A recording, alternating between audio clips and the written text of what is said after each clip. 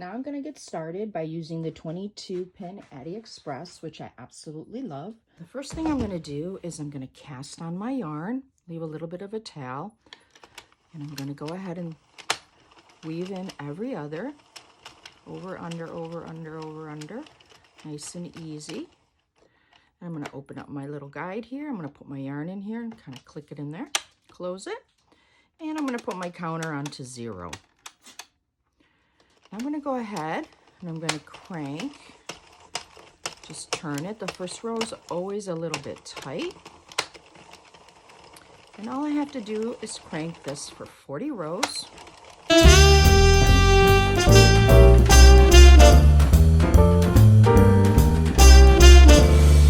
One of the things I like to do sometimes is the little tail here, I like to pull it a little bit so it doesn't get hung up on anything. Hang on to my yarn. And just start cranking away. Sometimes I can just watch TV. This can be very soothing. So I'm cranking, cranking, cranking. I'm on 10. This is only going to take a few minutes. And as you can see, there's some really pretty colors coming up. This is a really pretty variegated yarn. It works really well on the Addi Express. And I really love using the variegated yarns. I like to see sometimes what the striping comes out like. I just love to be surprised with the color combinations that you can get. But you can do these in any color. You can do solids, stripes, you know, whatever you want. You can use continuously change the yarn and make it all different colors, make rainbow. Or I'm on row 24, so I'm almost there.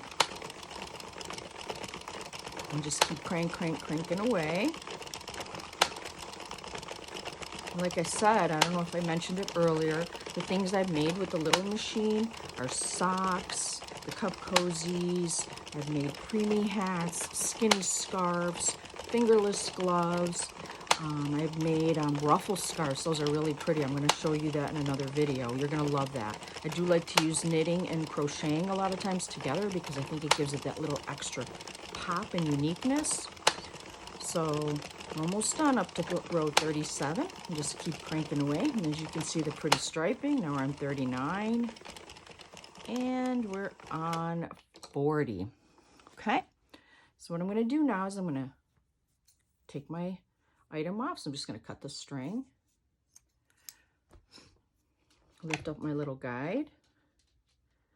Close it so it doesn't make any noises or break anything. Go ahead and thread my needle. And then slowly crank. And start lifting up each hook. When I first started this, I would go really slow, one at a time, which I suggest you do if this is your first time using the Addi. And just keep going one by one. Just be careful. Sometimes I like to push this down a little bit so none of the stitches pop up. And when you get a little bit faster and better at it, you can do a few at a time. So I'm going to do 1, 2, 3. Whoops. As you can see, it's coming off. Continue and pull these up.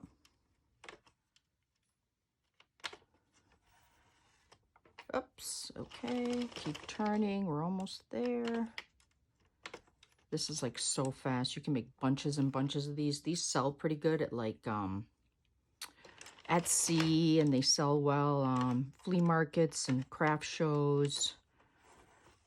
You can really do a lot with them. You don't have to, you can embellish them any way you want. You can put sparkles or stones or buttons or beads. Sometimes this little guy, you gotta have to go backwards to bring it up. Oops, I'm getting myself tangled up. And then go ahead and catch this here. Okay. And once you got everything, all you have to do is cinch up. Cinch up. Tighten it up nice and tight. What I like to do then is sew a couple of stitches on here. Just sew, close it up. Sew.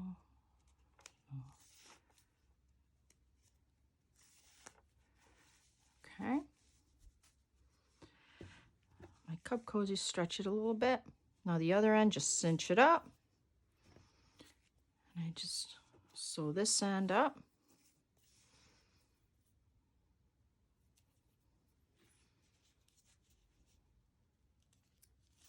So and I'm doing this kind of quick so that you guys don't have to spend all day looking at the video. And I just do this, sew it together. What's nice about it, since it's got the little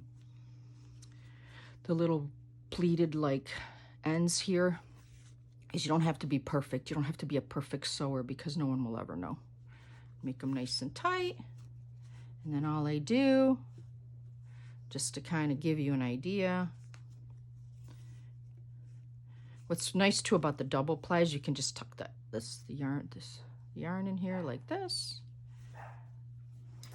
Cut. And it'll suck it in, no one will see it.